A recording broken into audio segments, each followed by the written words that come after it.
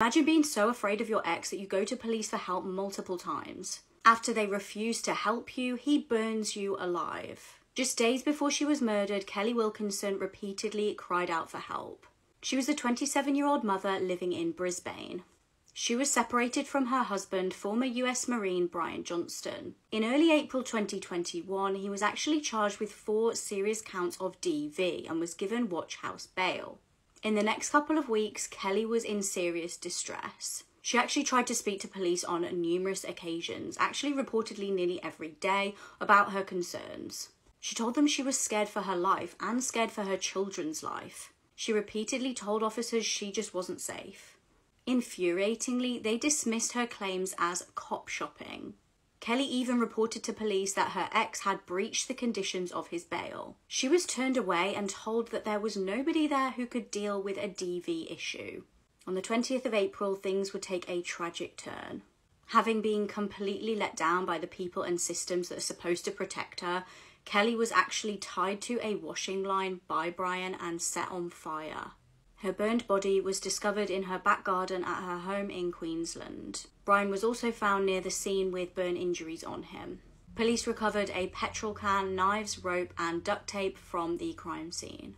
He has pleaded guilty to her murder and will be sentenced in March. Bro, Disneyland. Oh, the dark side of Disney? The dark side, or like the dark ages of Disney. Back in like the mid 90s, early 2000s, they would have like a lot of malfunctions with rides. That's bloody period of time or whatever. And like they wouldn't really do anything about it. They would just try to cover everything up because they like, want to have the reputation that it's like a happy ass place to be, whatever. But I'm gonna talk about two cases. It was a worker who was dressed in the Pluto costume. He was 30 years old and he's been working there for like 8 years. During the parade of Beauty and the Beast, he got ran over by one of the... What, you're talking about like the parade shit? The float, yeah. He got ran over by that and tried to cover it up. And another thing too that I didn't know is that back then like they weren't allowed to call 911. Nah, yeah, they wasn't, bro. They had to wait till they left the park, or if anybody died or anything like that, they would report it outside of the park, bro. They would never say that they got into an accident inside the park or got hurt inside the park. And there was another case. There's this boat that when it docks, right? It's supposed to dock slow and nice, but this one keeps docking fast. And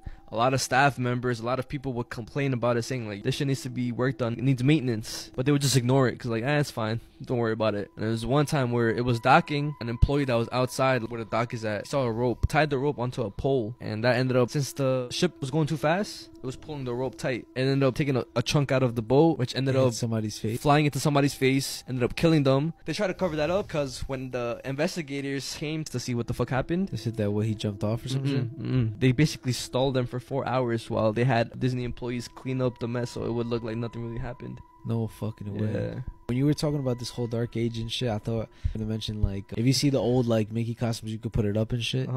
Like they look mad creepy and stuff. You ever seen that video of when a man vanished, people noticed this disturbing figure in the background of one of the last photos he took. Dalen Pure was 18 years old when he decided to go on a hike in February 2015. He was from a place called South Kona in Hawaii. By all accounts, he was a popular boy with a lot of friends. He had 2 siblings and he was interested in becoming a chef. He was very outdoorsy and loved hiking, hence why he was really excited for this next trip. He did seem a little apprehensive though, as demonstrated in one of his social media posts that stated, "Wish me luck." Now, he had actually told his nan about his planned trip and she warned him against going. She was understandably nervous because she knew how much of a treacherous journey it was. It was incredibly dangerous and very steep with nearly 4,000 steps. On the 26th of the month, he was reportedly spotted getting on a bus in Oahu in Hawaii. Now, please let me know if I've said that right because I'm getting a lot of comments recently about how I mispronounce things. Dalen began his journey and was posting social media updates as he went. One picture in particular was incredibly disturbing. It shows a shadowy figure in the bushes coming up shortly behind him. Just after this picture was taken, he seemingly vanished into thin air. His nan ended up reporting him missing on the 27th of February when he failed to come home. A huge search began and helpful locals joined authorities to try and find the missing teen. However, search efforts were plagued by just how treacherous this trek was. There was also very challenging weather conditions. They had absolutely no luck in finding him. Ear witnesses reported hearing shouts for help following his disappearance. Dalen's loved ones were understandably looking for any kind of clues that could indicate where he'd gone. That's when they noticed this image of a man seemingly hiding in the bushes. Now, Dalen had captured this image. Was this a vital clue in understanding what had happened to him? The mystery man has never come forward. Some feel like this makes it even more suspicious. We do know, however, that this stairway to heaven is notoriously dangerous. Did he just trip and fall? But if so, why has his body never been discovered? It's been nearly a decade and we still have no answers in this case. The stairs are currently closed and it's illegal to try and hike up them. This is by far one of the worst ways somebody has ever died, and whatever you do, don't look up the video. This is the most disturbing sporting accident I ever came across. On January 19th, 1991, the Lamberthorne race was cancelled due to a horrible skiing accident. Gernot Rangstandler, who was a 20-year-old contestant, was going downhill at full speed when he suddenly lost control as he was approaching the finish line. And he then slammed head-on into safety nets at extremely high speeds. This then trapped one of his skis inside the net, which resulted in his right leg almost being completely torn off. He also fractured his pelvis and was literally ripped in half. The impact caused serious internal injuries, fractures, and nerve damages. He was then transported by a helicopter to a hospital in Switzerland, where he received several blood transfusions, but despite receiving numerous blood transfusions, both during and after the operation, he later passed away from severe pelvic bleeding. The video is extremely graphic, and I'll explain it to you right now. In the video, you see Gernot going down a ski mountain when he suddenly goes airborne. He then collides with a safety net mid-air while going full speed, and his body then starts sliding down the mountain, but at this point you immediately notice something is wrong. As his body is spinning out of control, a trail of blood is following him, staining the entire mountain in the process. And at this point you see a lot of blood, and you also see Gernot almost ripped in half. His body then stops at the bottom of the hill as a pool of blood forms around him and people come to help. This video is just awful because it's one of those things that you can't imagine ever happening, but it does. How does a safety net rip somebody's body in half? It's just honestly insane, and please don't look up the video because it's extremely disturbing. This pedophile journalist once appeared in BuzzFeed talking about his relationship with children. This is Slade Somer. He's the former editor-in-chief of the news website The Recount. And in late 2023, he was charged with possessing and distributing hundreds of CP images and videos. But Slade went viral in 2018 after BuzzFeed shared some of his tweets and wrote an article about his discussion with fourth graders. Here's a screenshot of the article which BuzzFeed eventually removed, where they said people are touched by this writer's conversation with a bunch of fourth graders. Here's one of Slade's tweets where he's talking about discussing things with children. Here's another one of his tweets. And basically BuzzFeed turned this whole thing into a cute piece about this man having an innocent conversation with children. Little did they know that the man they were talking about was a literal demon who was in possession of and distributing hundreds of CP images and videos. This man was connected to a vast network of other pedophiles. And I think it's disturbing how the subhead of this article reads, "Kids are books filled with blank pages." The full article and all of this guy's tweets about what he said to these kids is just disturbing looking back at it. But according to court documents, when authorities searched Slade's phone, they found disturbing video clips of boys as young as 3 years of age being assaulted and forced to do things by adults. It's also been reported in a bunch of news outlets. I can't get actual factual information on this, but it's been stated many times online that Slade was an anti-Pizzagate guy who was campaigning virtually online and in person, telling people how it's all just BS. I'm not saying any sort of belief about that stuff, but it is an interesting side note in this story that he would go on to later be found guilty of possessing and disseminating CP videos and photos. I actually just produced a documentary about one of America's largest CP rings, where we actively worked to expose it and raise awareness of it. So if you want to watch this, if you want to help me raise awareness, the video is on YouTube now. Just search that name, or you can go to my channel, scroll down, and it's the most recent video I've posted. These discussions are very important to me, and this awareness is important to me to raise. So I'm trying to use my platforms for some sort of good. But yeah, YouTube demonetized my video immediately. So by going on there and watching it, it will show YouTube that it should recommend it. And if we can get a lot of people to watch this, hopefully it'll be recommended so we can expose these creeps for who they really are. This man unalived himself on live TV in front of horrified viewers. Robert Bud Dwyer was a politician from Pennsylvania.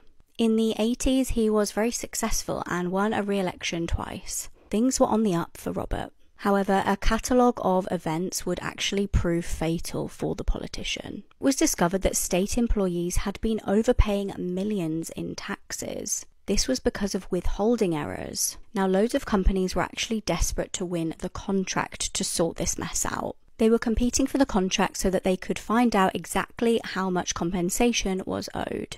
A Californian company eventually won the contract and things started to progress. Shortly after, though, an anonymous tip came through. It exposed Robert for allegedly taking bribes in the contract bidding. So basically, they were accusing Robert of being paid to influence who won the contract. This was bad news for Robert, as that was obviously illegal. Now, this was obviously threatening Robert's career and could also put him behind bars. Robert ended up getting charged for this, but he was adamant he had nothing to do with it. He was offered a deal, though. They told him that if he would plead guilty, he would only spend 5 years in prison. Robert refused this, though, and was adamant that he was going to take it to trial. He thought he would be found not guilty. However, things did not go to plan. He was found guilty of multiple charges, including fraud.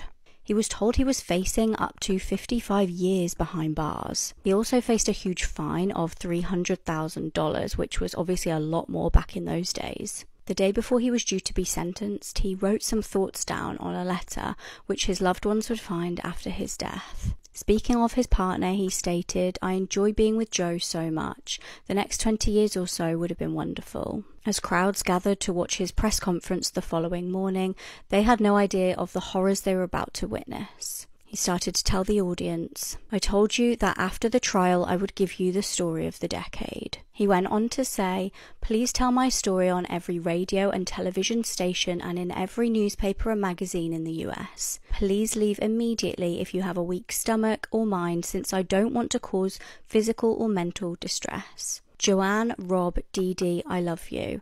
Thank you for making my life so happy. Goodbye to you all on the count of 3. Please make sure that the sacrifice of my life is not in vain." He pulled out a gun from an envelope and took his life in front of the horrified crowd. He fell to the ground and died immediately. Apparently, there's an AI generated short film about alien invasions. But the crazy thing is, I feel like this really depicts how it would be if there was an alien invasion on Earth. It just shows how like the elites or whatever, or like the presidents and shit like that, will fuck up everything for us. Kind of sounds like how it is now. I was gonna say, it reminded me of, do you remember in the Cold War, the race to space? They were trying to be the first ones to touch the moon. Yeah, this shit gave me that vibe. President Joe Biden said that Russia's empty threats will not deter the NATO from sending its representatives to make first contact with the aliens. A short time ago, I ordered the use of our nuclear arsenal against Russia, who have crossed the line with the massacre of our delegation in orbit. I want everyone to accept the new harsh reality that the world will never be the same again. Greetings, humans. We have observed your actions with great disappointment. Your inability to see beyond your own selfish desires has blinded you, and the importance of cooperation and respect. We have come here to return your artifact that carried a misleading message of hope and togetherness. You are not who you claim to be. We had hoped that by making contact with you, we could share our knowledge and wisdom, and help guide you towards a more enlightened path. And I could just imagine myself being like, oh my gosh, these motherfuckers fucked it up for everybody. I'm telling you, bro, it's always been like that, bro. We're just a parasite. That's literally what we are. It's already implemented in our brains for like how many fucking years now, that we're different, we're separate, we're this and that. We have all these other labels. Yeah. Not knowing that at our core, bro, we're all the same thing. Just humans. There's also a conspiracy about how like the quote-unquote powerful people would be able to control us. What they would do is they would fake and This man has a family of mannequins, and it's going to be one of the most unsettling things you will ever see. A man with a family of mannequins went viral recently and earned various reactions online after the story behind his strange behavior has been revealed. A man from Colombia named Christian Montney had become an internet sensation after photos of him and his family of mannequins went viral on social media. However, the story behind his unique family is not one of joy, but rather a tragedy of mental illness. According to the posts, Christian allegedly suffers from delusional disorder, a condition that causes him to have difficulty distinguishing between what is real and what is imaginary. This disorder has apparently led him to create a family of mannequins which he treats as if they were alive. In the photos I've been showing, Christian can be seen posing with his mannequin wife, who he named Natalia Ortiz, and his 2 mannequin children. He has even created a separate social media account for Natalia where he uploads photos of them together as if they were a real family. Many people who have seen the photos have expressed concerns for Christian's mental health, with many speculating that he may be suffering from objectophilia, a condition where a person feels a romantic attraction to an inanimate object or objects. However, there are also posts circulating online that suggest Christian's obsession with mannequins may be rooted because of a tragic event that occurred in his life, with many speculating that his family or loved ones may have been involved in something terrifying. This case is just extremely unsettling and weird because I've made many true crime case videos about people who turn their victims into mannequins and keep them as souvenirs. Now, he's not doing that, but mannequins and true crime have never gone well together. I hope Christian figures out whatever it is he needs to, and let me know your thoughts on this whole thing. Infamous serial killer Son of Sam did not act alone. And by the end of this video, I think you'll agree with me. So, you probably know the Son of Sam story already. In the 1970s in New York City, a man nicknamed the .44 caliber killer, or the Son of Sam, terrorized the city. In total, 11 people were wounded and 6 people were murdered by gun violence. So at the end of the day, evidence led police to the front doorstep of David Berkowitz. And eventually he confessed to the killings, and that was it. History knows him as the only Son of Sam killer.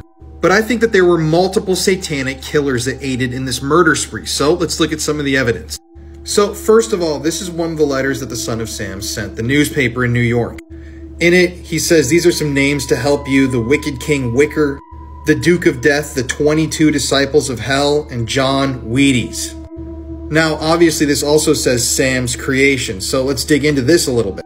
So this is Sam Carr. He lived really close to where Berkowitz lived, and David Berkowitz claimed that it was Sam's dog that instructed him to murder people. In some of the letters, David Berkowitz claims that Sam keeps him chained in the attic and says a lot of stuff about Sam himself. Now, what's interesting is that Sam Carr was actually known by people who lived in the area and police officers to be a very abusive man. He was known to have abused his sons. And now let's talk right here about John Wheaties. This is John, who people presume Son of Sam was talking about in that letter.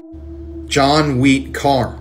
John Carr was Sam Carr's son. He lived in the same house, and he was allegedly a part of the satanic cult that David Berkowitz also belonged to. Now, one thing people always point out about the Son of Sam killings is that a lot of the sketches of the shooters just don't match up to David Berkowitz. But a lot of people point out that some of them eerily resemble John Carr himself. There's also Michael Carr, John's brother, who allegedly was also in the same satanic cult, and he bears an eerie resemblance to some of these sketches too. Now, there are a lot of strange details about John Carr's life and his possible involvement with this murder spree, but one of the strangest things I think about this entire case is how John Carr died right after Son of Sam, David Berkowitz, was arrested. So John Carr served in the Air Force in North Dakota, and right before David Berkowitz was arrested and found out to be the Son of Sam killer, he moved back to North Dakota. Now, what's interesting is that friends of John Carr who lived in North Dakota claimed later on that John had mentioned David Berkowitz's name a number of times before he was arrested. This is a proven link between the two, that he was very, very familiar with David Berkowitz. Other people who knew John Carr in North Dakota also claimed that he did satanic rituals in his house and outside of his house. Even the local sheriff in Minot, North Dakota claimed that John Carr had sacrificed German shepherds, just like the German shepherds that were sacrificed as a part of the Son of Sam murders. So in February of 1978, less than a year after Son of Sam was arrested, John Carr went to seek mental health help in North Dakota. And his counselor later went on the record and said that John Carr talked to them about his involvement with the occult and Satanism. At one point, John Carr told the people that he knew in North Dakota that he had something to go handle in New York City, and he never opened up about what it was that he had to go do in the city. And a short while later, John Carr was found dead in his home in Minot, North Dakota, less than a year after the Son of Sam murders ended. People believe that John Carr was the trigger man in a number of these shootings. And although his death was initially ruled an unaliving by himself, now it's been regarded as more of a murder, because of the way that he had been shot and killed. And it was also reported that there was a pentagram and other satanic things written in blood around John Carr's body when it was discovered by the police. Then there's Michael Carr, John Carr's brother. He also was reportedly a member of the Son of Sam cult, and it's also been reported that he was the trigger man in some of these killings. This is what people who research this case believe. And about a year and a half after David Berkowitz was arrested, Michael Carr died in a very suspicious car accident. He was driving really fast on the road in New York City, and he just smashed into something on the side of the road and died. Nobody else was injured in this car accident. He was basically just found dead on the side of the road inside of his vehicle. People obviously claim that he was ran off the road, he was forced to crash his car, and he was killed. But the more you dig into the Son of Sam conspiracy, the more you're going to be convinced that David Berkowitz did not kill all of his victims. This is literally only the very, very beginning of this. If you want to hear more about this, let me know. I'm very passionate about this topic, so I'll make a part 2 if you guys want. This man was drunk driving and thought he hit a fire hydrant, but it was actually a person. 22-year-old Jaquise Norton was driving his Chrysler in Las Vegas one night. He was driving recklessly and speeding, and he struck the Mercedes of a 52-year-old man. He killed him on impact, but Jaquise did not think he hit anything at all. Or a person. He just assumed that he hit a fire hydrant. It just goes to show you that you should never drunk drive because you know you're not fully there. And deadly and dangerous stuff like this happens when you do it. Now, what I'm about to show you is the video of Jaquise finding out that he actually killed somebody and he did not hit a fire hydrant. This is both awful and sad because this 22-year-old just made one mistake and it probably just costed him his life. Kill somebody. You didn't have no idea that you hit another car until we told you? I didn't. What was y'all doing before the accident? I was in the club. I was trying to drive home. I thought that I could. The antidepressants that I'm on now are changing my body. They're changing my tolerance. When did you get on these antidepressants? 4 weeks ago.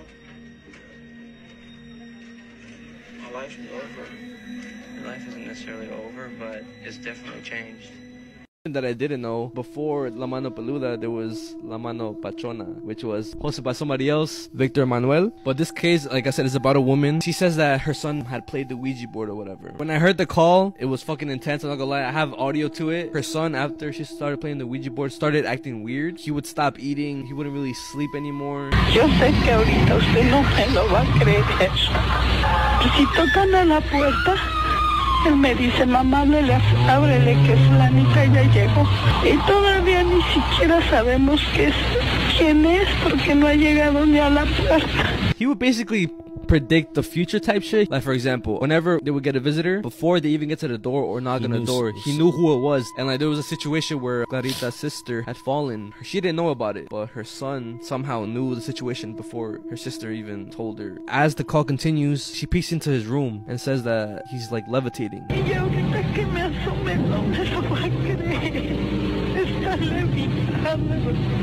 He asks her, send your address, we're gonna send people to your house. And then the call just ends. They never heard from her ever again. Nah, because you couldn't call people back because it was kind of impossible. And they didn't ask Clarita for her number, so they couldn't, reach out again. And they tried to, bro. No number, no address. Nothing.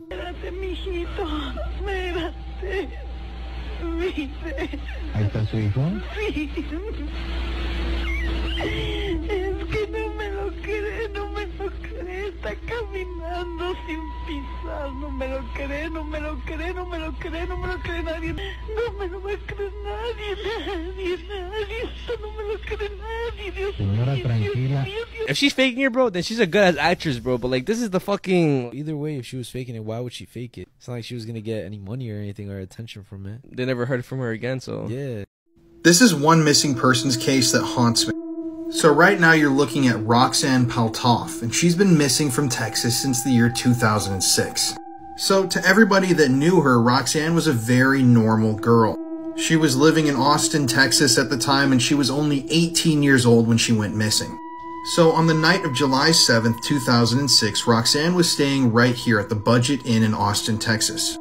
Now, according to everything that we know about this case, on that evening, Roxanne had a heated argument with her then-boyfriend while she was in her motel room. People actually saw Lewis Walls, her boyfriend, there with her that night, and yes, they heard the argument through the walls. So after arguing with Lewis for a while, Roxanne eventually left the hotel room, only carrying her ID. And that was the last time she would ever be seen. Not only alive, but just seen in general. Nobody knows where she is. Suspiciously, all of Roxanne's personal items were left in the motel room. That includes her shoes, purse, wallet, cell phone, etc. And the call logs from Lewis's phone that evening are very suspicious. So after Roxanne went missing, Lewis placed over 300 different phone calls to different people that he knew.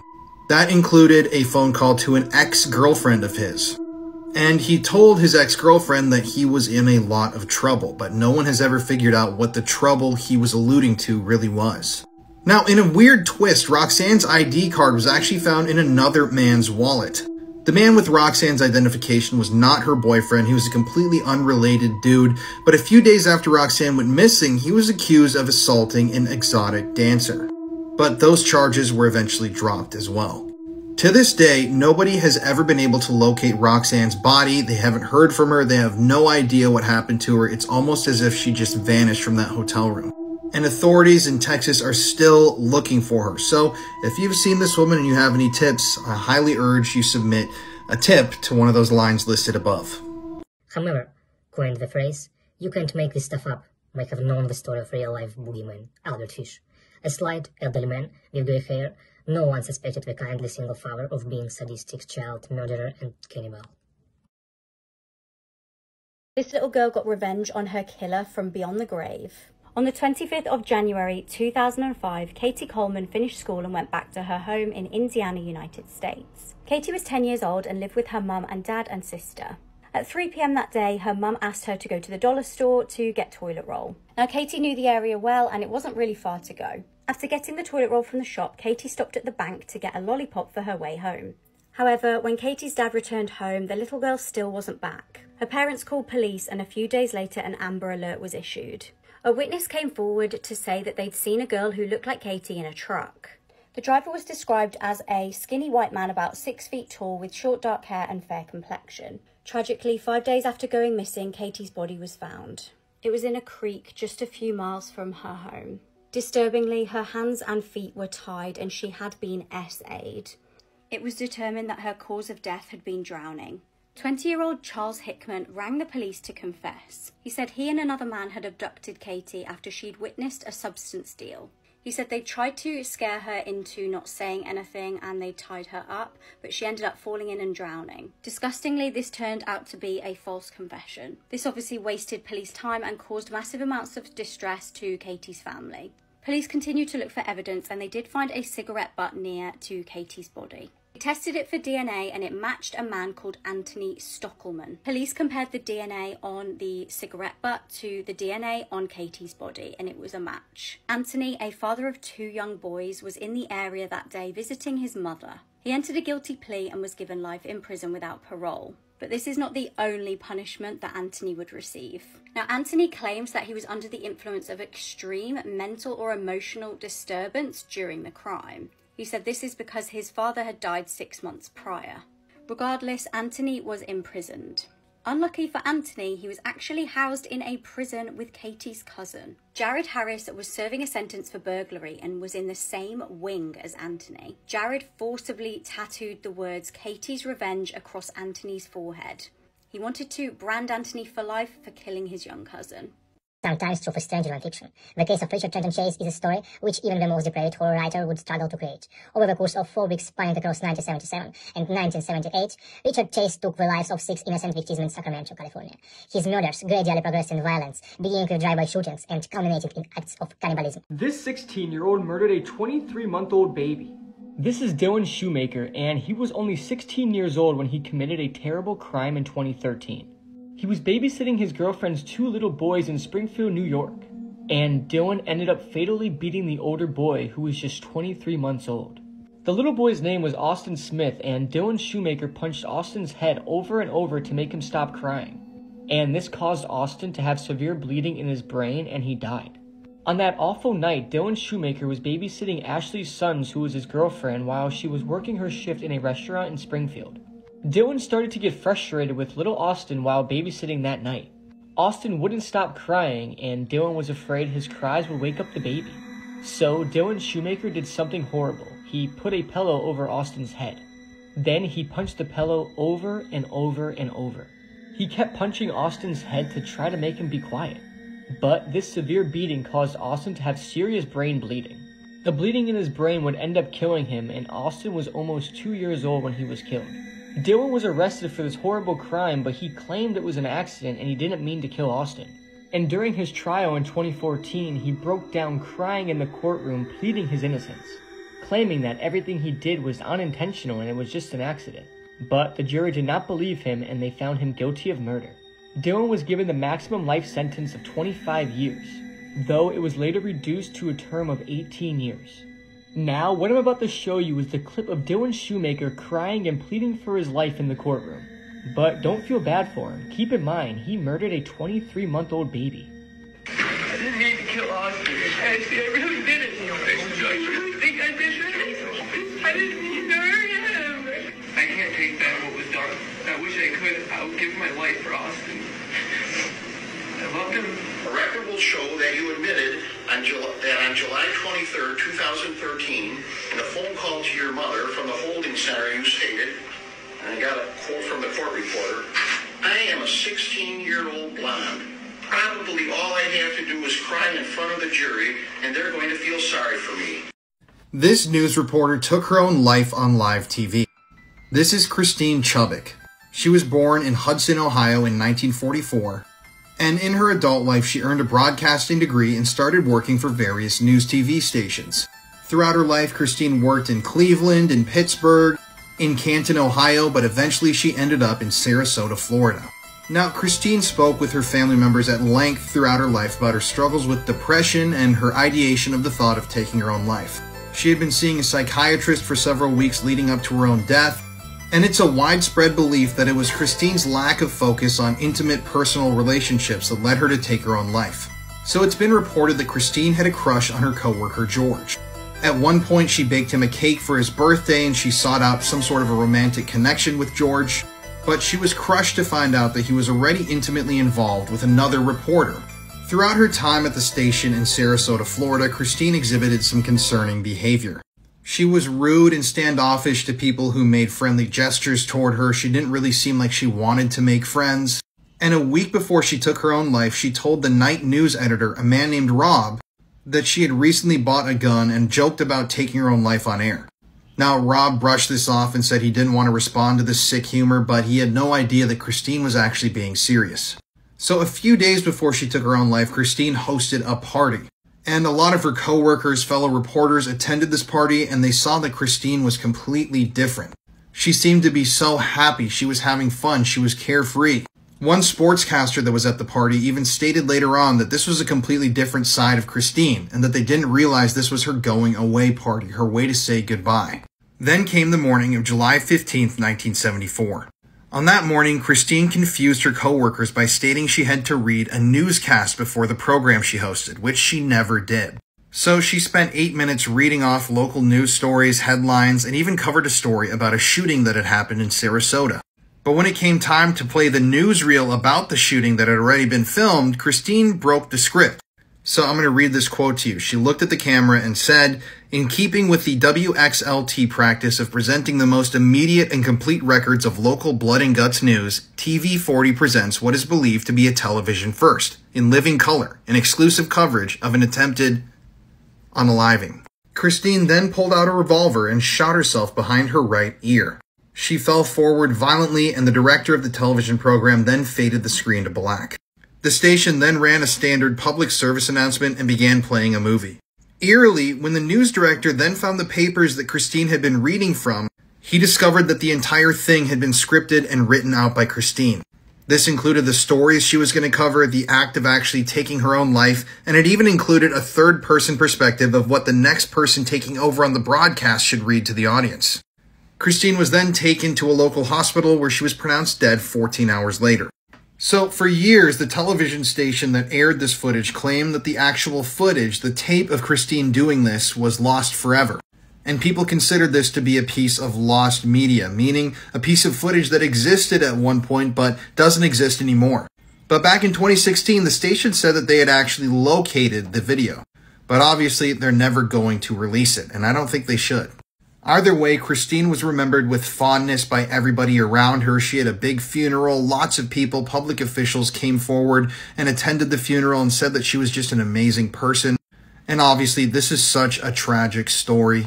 And it was indeed the very first time that somebody had taken their own life on live TV. This young man fell into a freezer and got mummified, and this is one of the worst deaths imaginable explained.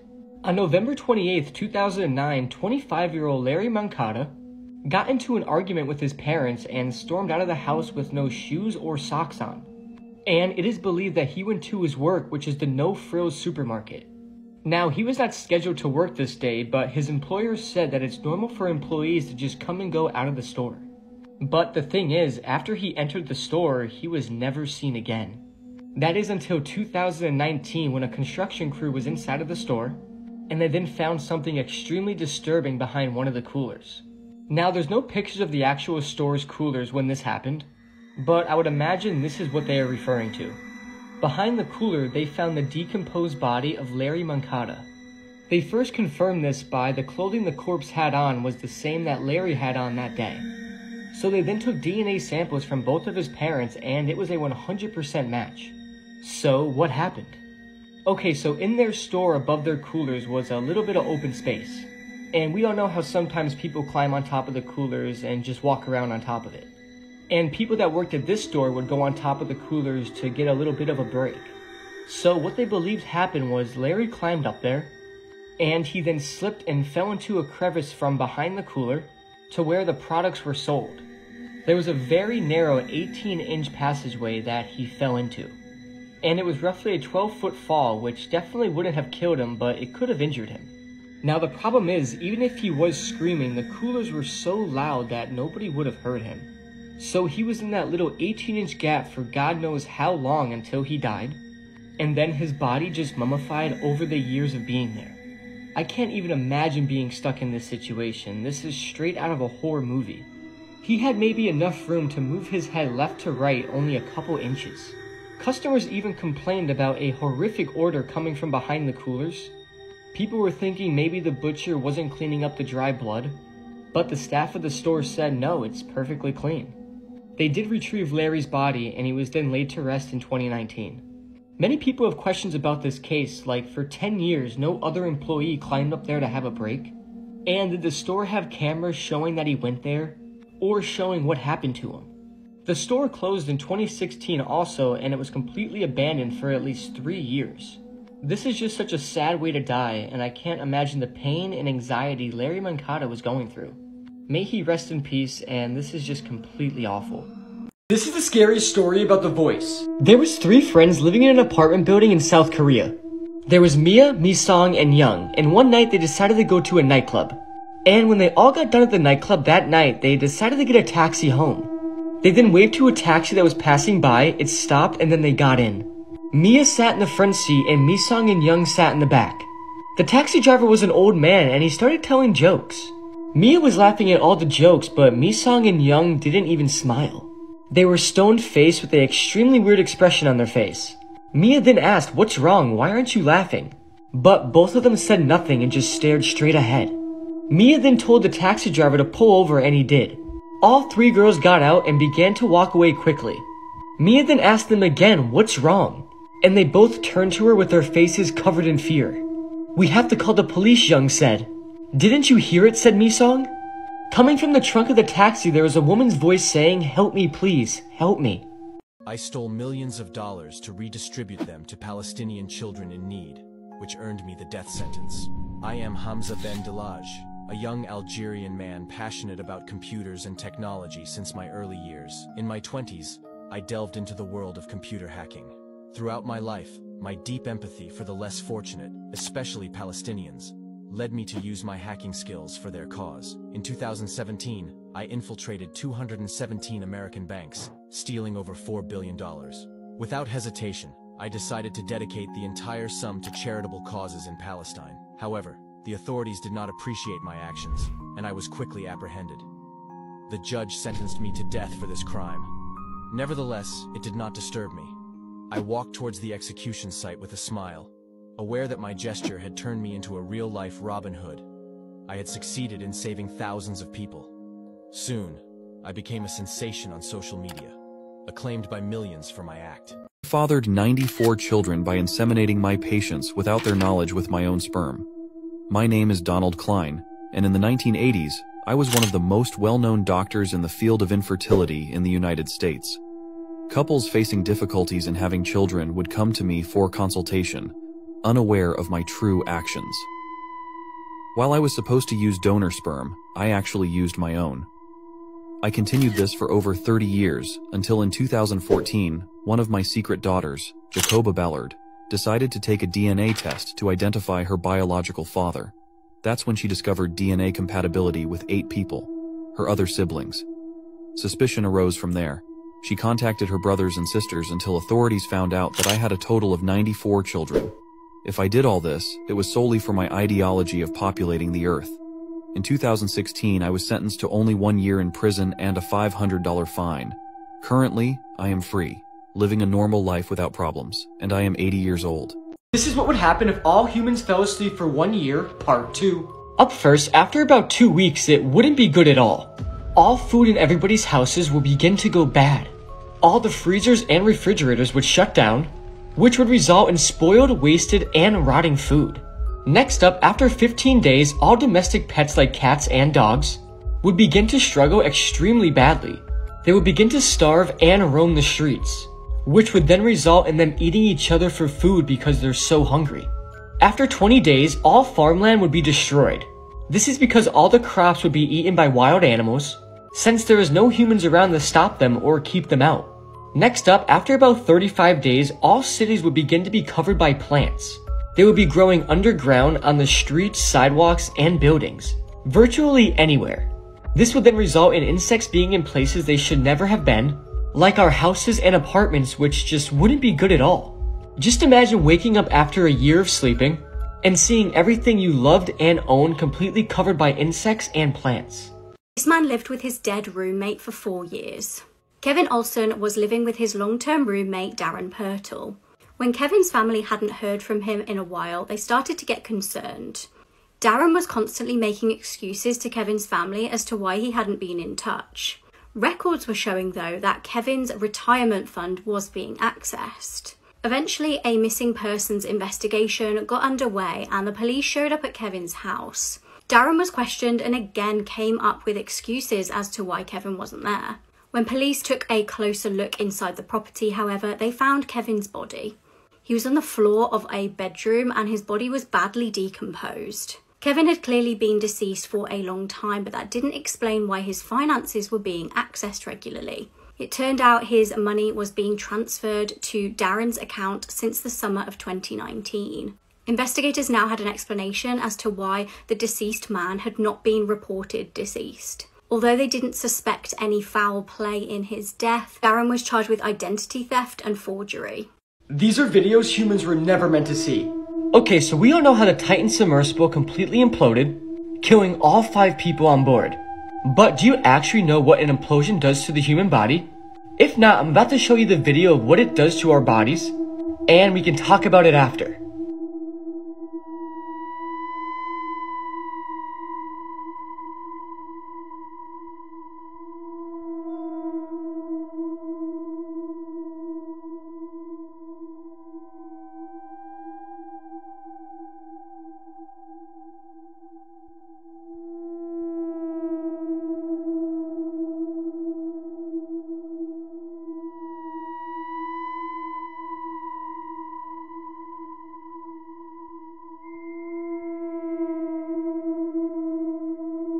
So yeah, isn't this absolutely crazy? You're literally dead before your brain can even process it. 1 minute you're sitting there and the next there is nothing. This doesn't look pleasant, but it's definitely way better than drowning in the middle of the ocean. I have completely disfigured myself to escape authorities after committing a horrible crime. I am Tatsuya Ichihashi and became the most wanted criminal in Japan in 2007. It was that year that I first saw Lindsay Hawker, a 22-year-old British teacher. After that, I observed her for months, already knowing where she lived and worked. It was only in March 2007, at a train station, that I spoke to her, pretending to be one of her students and asking for private lessons. She refused, and I began following her home. She was scared, so she agreed, and we arranged to meet the next day. When the lesson time was over, I told her I had forgotten my wallet at home and asked her to accompany me. She agreed. I managed to get her into my apartment, where I tied her up, beat her, abused her, and killed her. I then went on the run after the police came to my home, and a manhunt was launched against me. I evaded capture until 2009, using plastic surgery to escape justice. I was finally arrested in November 2009 while attempting to leave Japan on a ferry. In 2011, I was convicted of the murder of Lindsay Hawker and sentenced to life imprisonment. Did this man stage a suicide to get away with murder? To the outside world, 39-year-old Christopher Colbert and his wife Tamara were getting ready for a normal Christmas in Pennsylvania. However, all that changed on Christmas Eve 2022 at around 4 p.m. Christopher's dad was living in Florida and had a disturbing telephone conversation with Christopher. Christopher was appearing irrational and emotional and told his dad that his wife had killed herself. Hearing this news, Christopher's dad called police. When police turned up, Christopher was in his car with a gun near him, smelling of alcohol and with blood on his head. Police found a blood-stained letter lying in the property as well as Tamara's body. The letter apparently read, "There is no one I love more than Tamara. She was my world and I ruined it.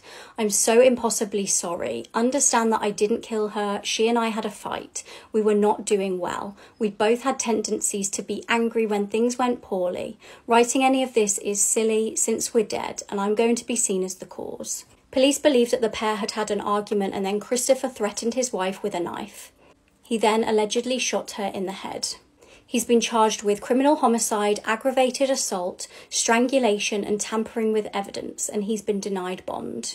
This horrific murder in Newport, Wales stunned the local community. 26-year-old Lewis Bush was living in Moorland Park in Newport. His mum was 44-year-old Kelly Pitt. At around 11:30 on the 12th of May, Kelly's daughter's partner Kieran went round to her home. He noticed the door was unlocked, which was very unusual. He started to get concerned, and that was when he walked into the flat and saw a bloodbath. There he found Kelly's body black and blue. A post-mortem was undertaken and she was found to have severe blunt force trauma to the head and neck. She had internal bleeding and 41 rib fractures. It was deemed that she would have suffered considerably before passing away. Now, she was actually wearing pyjama bottoms which had blood on them, which was tested. The blood matched her son, Lewis. When questioned and initially told about his mum's murder, he appeared shocked. He stated, "Murder, murder, you must be joking. What? My mum is dead? Serious." It transpired that on the 10th of May, Kelly had called her daughter Jordan. In the background, Lewis could be heard verbally assaulting his mum. Kelly asked her daughter to ring the police, but Jordan assumed they would just sort things out. The next day, Jordan sent messages to her mum asking if she was okay, but never received a response. Understandably concerned, Jordan then tried to call her, but Lewis answered. He told his sister that their mum was in no fit state to speak because she was unwell in bed. CCTV footage captured him the following day buying lager and shortly after she was found dead in her home. Lewis would eventually admit to the murder. Shockingly, he was actually already on bail for assaulting his mum in February and was banned from contacting her. She had repeatedly told police that he kept turning up to hound her and behave aggressively towards her. He had previous convictions including battery against his mother and sister. He's been given just 16 years before he's able to be considered for parole. His sister Jordan said that she has to live with the guilt every day of not phoning the police. Addressing her brother in court, she said, "Our mother will never get to see her granddaughter grow up because of what you did. I am now alone without a mum or brother because you are no brother of mine." I guarantee this is one of the most shocking and disturbing true crime cases you've heard all year. Katie Fusco was adopted from an early age. She was brought up in Dutchess County in New York and was a bright girl. By age 18, though, she had become really curious about her biological family and wanted to know who they were. Now, using social media, this was actually easier than she expected. She was able to trace her birth parents. They were Alyssa and Stephen Pladdle. Now, Katie had no idea that Stephen had actually groomed Alyssa when she was 15 and got her pregnant. They had a baby, and this baby was Katie. From birth, she was actually named Denise. And when she was a baby, Stephen was abusive to her. He would pinch her frequently and almost drown her. Alyssa actually knew about this and shockingly did stay with him and even marry him. Katie, who was called Denise at the time, was put up for adoption. Now, not knowing any of this information, Katie decided to properly reunite with her biological parents and actually move in with them and their daughters. Alyssa and Stephen's relationship was already strained by this point, and they began sleeping in separate beds. Shockingly, Stephen started sleeping on Katie's bedroom floor, and the biological father and daughter then started a sexual relationship. Alyssa moved out, and Stephen forced his daughters to refer to Katie as their stepmom instead of their sister. In July 2017, they got legally married. Now, they didn't disclose the fact that they were actually biologically father and daughter, so it went ahead, and bizarrely their relatives all attended too. As if this couldn't get any more shocking, they then had a baby together. It would be 4 months until they were arrested due to incest after Alyssa reported them to police. But that was far from the end of this tragic case. Stephen's mum took care of the infant child and the pair were released on bail. Katie then decided to move back in with her adoptive parents. She knew she needed to end the romantic relationship she had with her biological dad. Now, it was April 2018 at this point, and Katie gave Stephen a ring to put an end to things. Stephen was furious about this, and the events that would unfold are absolutely hideous. On the 11th of April, he drove to his mum's house where she was looking after his and Katie's 7-month-old boy, and he suffocated their child to death. He then drove to Wingdale in New York to Katie's house where she was living with her adoptive parents. He watched Katie and her adoptive dad, Anthony, get into their car and drive to New Milford. As the pair was stationary at a stop sign, Stephen shot them both before unaliving himself. Bill Cosby is one of the worst sexual predators in American history. This case is long and extremely disturbing, so viewer discretion is advised. Bill Cosby was born in 1937 in Philadelphia, Pennsylvania. And through his work and his career, he would become one of the most influential actors in American history. Bill's career started in doing stand-up comedy. He toured the nation, played shows all over, and appeared on various late-night TV shows performing his stand-up. He appeared in a lot of movies and TV shows, but his biggest thing that he was ever involved with was The Cosby Show, where he played your average, caring, all-American dad. He even gained a reputation and a nickname of America's Dad because so many people believed that he was this father figure that should be looked up to and respected. But behind the scenes, he was engaging in some of the most deplorable behavior I've ever read about. So the earliest allegation against Bill Cosby was actually made way back in 1965, when a woman named Christina Rulli came forward and said that he had drugged and assaulted her at a party. But nothing ever came about after that allegation. In the early 1980s, another woman came forward named Joan Tarshis and claimed that she had been assaulted by Bill Cosby. Then, in 1996, a Playboy Playmate came forward and said she had been assaulted by Bill Cosby. And again, in the 1990s, Wendy Williams, who now has her own TV show, she was a radio host, she referred to some allegations against Bill Cosby, and apparently in the middle of the night after she had done this segment on her show talking about the allegations, Cosby personally called Wendy Williams his boss and demanded that she be fired. I mean, this case is so deep though, it's crazy how many allegations were made against this guy and no one ever did anything. For example, in 2000, a woman came forward and said that while at Bill Cosby's Manhattan townhouse, he had exposed himself and attempted to grope her. Cosby said this didn't happen, and they brought the case to the Manhattan District Attorney's Office, and they declined to prosecute. Then in 2004, a Temple University employee came forward and said that Bill Cosby had drugged and assaulted her. But the Pennsylvania District Attorney's Office said that there would be no charges brought against Bill Cosby because of a lack of evidence. I mean, I could sit here all day and go through all the different times people tried to expose Bill Cosby over the years, but this would be like a 20-minute long TikTok. But then Hannibal Buress enters the picture. So you might know Hannibal from the Eric Andre show or his stand-up. Personally, I think Hannibal's one of the funniest people on the planet. But at a show in October of 2014 in Philadelphia, Hannibal Buress made a Bill Cosby joke. He had been telling this joke for months, 6 months actually, before the night of this show in Philadelphia. And in the show, he joked about Bill Cosby's rape allegations. He even encouraged the audience to go home and Google Bill Cosby rape and see what pops up. This joke was meant to emphasize the fact that Bill Cosby had maintained this American dad, all-American guy image over the years, even though he had been accused of sexual assault so many times. And this video of the performance by Hannibal is what blew this case wide open. And what happened next is crazy, but I have to post a part 2 here because I'm running out of time, so if you want to see it, I'm posting a part 2. What? Nothing there, mate. Nothing there. What? There's nothing there.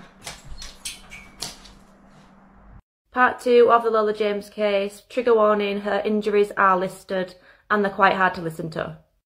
Just after Kyle Bevan's mother called 999, they also received a call from Sinead. She's fallen down the stairs, she has. Right, okay. From the top of the stairs to the bottom, and her whole head's all swollen, and she bit the top of her tongue off or something. Okay. So, just to confirm, is she conscious? Is she conscious? I don't even know. Yeah, she's conscious. She's breathing and everything. Just sleeping. Can you go sit with her, please? So does she wake up when you try and wake her? She like moves when I try to wake up. Her eyes are all swollen and all. What caused the fall? I had this bloody dog that I had at barged her and she just fell. Okay. Is there any serious bleeding? Kyle, is there any serious bleeding? Is there any serious bleeding? No. Okay. It's just bruising and her head's all swollen and her eyes. Okay, stay on the line and tell you exactly what to do next. Do not move her unless she's in danger and do not splint any injuries. Can I take her name? Yeah, it's Lola James. Paramedics arrived at the house after just 5 minutes and Lola was taken to Withybush Hospital, where Kyle became really aggressive and defensive when doctors were asking questions about Lola's injuries. Lola was then transferred to University Hospital Wales in Cardiff, and while she was laying in a hospital bed fighting for her life, Kyle messaged Sinead asking what she was going to tell the police. Sinead and Kyle were both arrested, and on July 21st, 2020, at 1:18 p.m, Lola James passed away due to her catastrophic brain injury. One doctor who examined Lola said she was the most battered and bruised child she'd ever seen during her long career. These are just some of the injuries.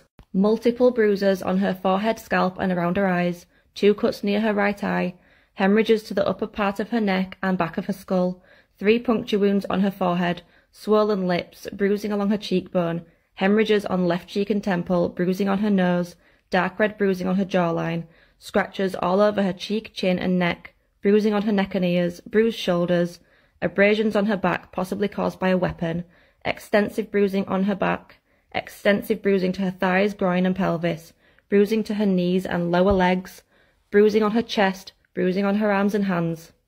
There wasn't one part of Lola's tiny body that wasn't bruised, and she sustained 101 injuries in total.